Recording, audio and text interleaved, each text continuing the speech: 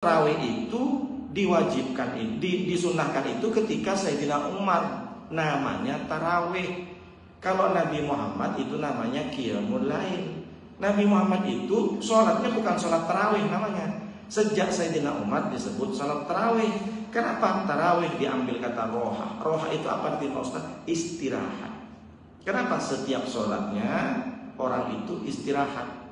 Istirahat dengan apa? Subhanal malikil mawjud, subhanal malikil ma'bud, subhanal malikil ladzi la yamutu wa la yafutu abada. Atau dengan baca sholawat Allahumma shalli wa sallim wa barik alaihi radhiyallahu anhu, kan gitu kan. Sayyidina Umar bin Khattab radhiyallahu anhu wa firatan wa rahmah, kan gitu kan. Nah, itu namanya istirahat. Jadi zaman Nabi, kalau Nabi dengan Siti Aisyah itu 8 rakaat, 4 salam, masna masna. Sholatul lail masna masna kata Rasulullah. Sholat malam itu 2 rakaat, 2 rakaat. Jadi 2 rakaat, 2 rakaat, 2 rakaat, 2 rakaat, ada 8 rakaat, ada 4 salam. Tapi kenapa rakaatnya sedikit zaman Nabi? Rakaat pertama Nabi Muhammad Al-Baqarah. Berapa Al-Baqarah? Berapa lembar? Panjang. Jadi kalau pengen ibu sholat, sebenarnya kalau ikut Rasulullah, kalau pengen sholat tarawih atau sholat malam, rakaatnya sedikit, bacaan Qur'annya dipanjangkan.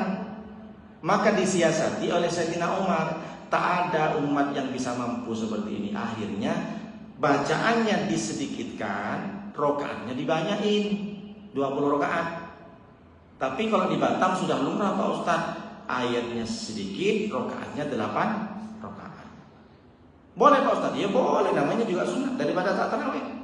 Banyak orang sekarang berdebat kan, aku 20, kamu berapa? Bid'ah, 8 salam. Berantem. Rupanya pulang ke rumah tak sholat tarawih dia. Nah, tak betul kan? Ketawalah orang-orang yang tak sholat tarawih itu. Jadi tak usah. Yang paling penting kita jangan sampai cari sholat yang paling cepat. Ada sholat Allahu Akbar, subhanallah, dalin, min. Langsung Assalamualaikum, Allahu Akbar. 5 menit 20 rakaat. Nah, itu tak betul, itu tidak ada tumakninah. Ada di mana? Di TV bukan ya? Oh, di kining betul itu. Nama? Biasa di kampung-kampung. Kalau di sini alhamdulillah. Iya. Jadi intinya Bu, kalau ibu tidak mau tarawih ke masjid, sholat malam. Sholat malam kan banyak. Lakukan sholat wudu, sholat taubat, sholat hajat, sholat tasbih, termasuk seperti ini kalau dilaksanakan di malam. Jadi kalau yang diampuni dosanya bukan hanya sekedar puasa, man shoma ramadhana imanan wa man qama ramadhana imanan. 2 mengikat ini. Jadi kalau ada orang berpuasanya baik, bisa nggak diampuni? Misalkan ada tanya, Pak Ustadz, dosa saya bisa diampuni nggak? Karena saya puasanya iman dan ihtisaban nih. Tapi kamu tarawih, itulah Pak Ustadz tarawih tak sempat Pak Ustadz. Enggak, itu syarat. Sama dengan kita berbuat dosa, jangan sampai 30 full siang dan malam. Jangan hanya siangnya saja menghindar. Nah itu, jadi ibadah qalbiyah itu apa Pak Ustadz? Jadi di bulan Ramadan itu semuanya dilakukan ibadah badaniyah iya, ibadah maliyah iya, ibadah qalbiyah iya. Apa maksudnya ibadah qalbiyah? Kalau ada orang mengajak caci maki, jangan sampai kita berbicara yang kotor. Hati kita bersih. Jadi selama Ramadan kita tidak mencaci maki, memfitnah, menjelekkan orang, selama itu juga kita dapat pahala. Jadi plus, double pahala kita, triple. Karena ibu bergeraknya saja sudah ibadah. Tidur ibu itu ibadah. Tapi jangan disangka ini hadis. Tidurnya orang berpuasa itu ibadah. Tapi jangan gara-gara ibu dari fajar sodik, dari subuh sampai maghrib tidur terus. Tidur itu ibadah. Bukan maksudnya pergerakan tubuh kita selama berpuasa itu ibadah. Kenapa? Karena pakai jilbabnya jilbab karena dia lagi berpuasa. Berjalannya orang berpuasa. Nah itulah kenapa bulan Ramadan menjadi bulan istimewa. Karena satu-satunya bulan yang disebutkan disepil oleh Allah dalam Al-Quran. Syahrul Ramadan alladzi unzila fihil Quran hudal linnas wa bayyinatin minal huda. Kenapa jadi istimewa? Salah satunya karena kita sudah selangkah lebih maju akan dijauhi dari setan. Buktinya Pak Ustaz, idza jaa Ramadan, ketika datang bulan Ramadan, tuftahu fihi abwabul jannah. Dibuka di bulan Ramadan surga selebar-lebarnya. Wa tughlaqu fihi abwabul jahim, dikunci rapat-rapat neraka. Wa tughallu fihi asyayatin, dan dibelenggu, dikerangkeng, diborgol, diikat di bulan Ramadan setan-setan. Pertanyaannya, betulkah setan diborgol? Ayo, gimana maksudnya? Itu Nabi yang mengatakan di bulan Ramadan diikat setan. Tapi kalau saya tanya sama ibu, betulkah diikat? Tidak. Kenapa? Karena masih banyak Pak Ustadz di Tiban Center, di pasar-pasar, di Sungai Harapan banyak rumah-rumah setan Pak Ustadz. Rumah hantu. Kok dibilang rumah setan? Kakinya nampak, kepala tak nampak. Tahu kan? Nah, rumah hantu apa, Bu? Kedang. Itu kalau ibu bacakan ayat kursi Allahu la ilah, aku dah hafal Yasin gitu. Nggak mempan dibaca ayat kursi, pakai cari kursi, lemparkan ke orang hantu-hantu itu. Ini tak betul. Makanya kemarin ada tanya sama saya, Pak Ustadz, suami saya kerja di bangunan. Bagaimana hukumnya Pak Ustadz saya kasih bekal setiap pagi? Haram, saya bilang itu. Ibu berdosa. Ibu, suaminya sehat Pak Ustadz. Nanti kalau nggak kerja nggak dapat duit Pak Ustadz. Jangan diniatin suami ibu dan ibu suaminya nggak berpuasa, haram. Lalu gimana Pak Ustadz kalau tak mampu? Kalau tak mampu beda lagi. Ibu dari rumah jangan niatin berpuasa, sampai di tempat kerja kalau suami tak mampu boleh buka. Jangan diniatin. Kalau ibu niatin emang betul sampai ke tempat kerja, boleh jadi kata bos, hari ini libur guys. Aduh, aku udah tak puasa. Dosa. Cuman aku udah puasa. Tadi udah habis 2 bungkus nasi padang sama rokok 3 batang. Cemana lah. Aduh bos, kenapa nggak bilang? Kata bosnya hari ini libur, kenapa kau datang? Aku udah sarapan bos dari tadi. Dosa. Jadi caranya ibu tidak ada istilah alasan karena saya suami kerja Pak Ustadz, dari rumah tetap niat puasa. Kalau sampai di tempat kerja sudah tak tahan lagi, sudah sakit perutnya, silakan berbuka.